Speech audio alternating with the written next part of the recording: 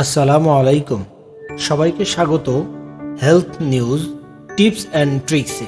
আজ আমরা জানব কিভাবে হ্যাকিংয়ের ঝুঁকিতে আছে মানুষের ডিএনএ।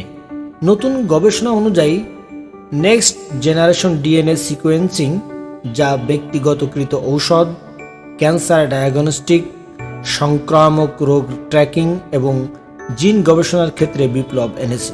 আর এই বিষয়টি সাইবার অপরাধীদের লক্ষ্যবস্তুতে পরিণত হতে পারে। IEEE অ্যাক্সেস জার্নালে প্রকাশিত একটি গবেষণায় এই শক্তিশালী প্রযুক্তির নিরাপত্তাহীনতা, গোপনীয়তা লঙ্ঘন, এমনকি ভবিষ্যতের জৈব হুমকির আশঙ্কা প্রকাশ করা হয়েছে। ইউনিভার্সিটি অফ পোর্টসমাউথের স্কুল অফ কম্পিউটিং এর ডক্টর নাসরিন আঞ্জুমের নেতৃত্বে এই গবেষণায় NGS ওয়ার্কফ্লোর প্রতিটি ধাপে সাইবার বায়োসিকিউরিটি ঝুঁকির প্রথম ব্যাপক বিশ্লেষণ করা হয়েছে। NGS প্রযুক্তি ক্যান্সার গবেষণা, কৃষি উদ্ভাবন, ফরেনসিক সায়েন্সের মতো গুরুত্বপূর্ণ ক্ষেত্রে অগ্রগতির চাবিকাঠি হলেও এর জটিল প্রক্রিয়া, যেমন নমুনা প্রস্তুতি, ডেটা বিশ্লেষণ ইত্যাদিতে অসংখ্য দুর্বলতা বিদ্যমান।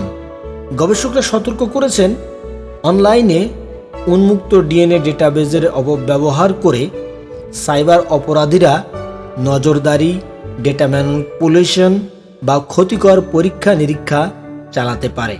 ডক্টর আঞ্জুম বলেন, এটি একটি সতর্কবার্তা। জিনোমিক ডেটা সুরক্ষা শুধু এনক্রিপশনের বিষয় নয়, এটি ভবিষ্যতের অজানা হামলার বিরুদ্ধে প্রস্তুতি নেওয়ার বিষয়। প্রিসিশন মেডিসিনের ভবিষ্যৎ রক্ষায় আমাদের নিরাপত্তা চিন্তায় আমূল পরিবর্তন দরকার। গবেষণায় নতুন ধরনের হুমকি চিহ্নিত করা হয়েছে, যেমন synthetic DNA encoded malware, AI চালিত জিনোম ডেটা পরিবর্তন এবং পুনরায় শনাক্তকরণের মাধ্যমে ব্যক্তির গোপনীয়তা ভঙ্গ। এসব হুমকি শুধু ডেটা চুরির মধ্যে সীমিত নয়, বরং এটি ব্যক্তিগত গোপনীয়তা, বৈজ্ঞানিক সততা এবং জাতীয় নিরাপত্তার জন্য ঝুঁকি তৈরি করে।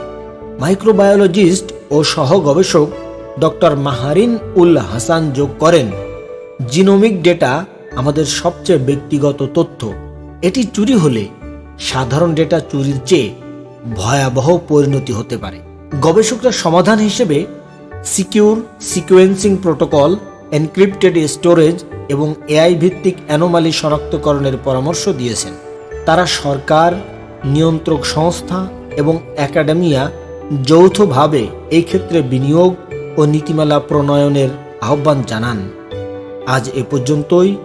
স্বাস্থ্য সম্পর্কিত নিউজ, টিপস অ্যান্ড ট্রিক্স জানতে নিয়মিত থাকুন আমাদের সাথে। আল্লাহ হাফেজ।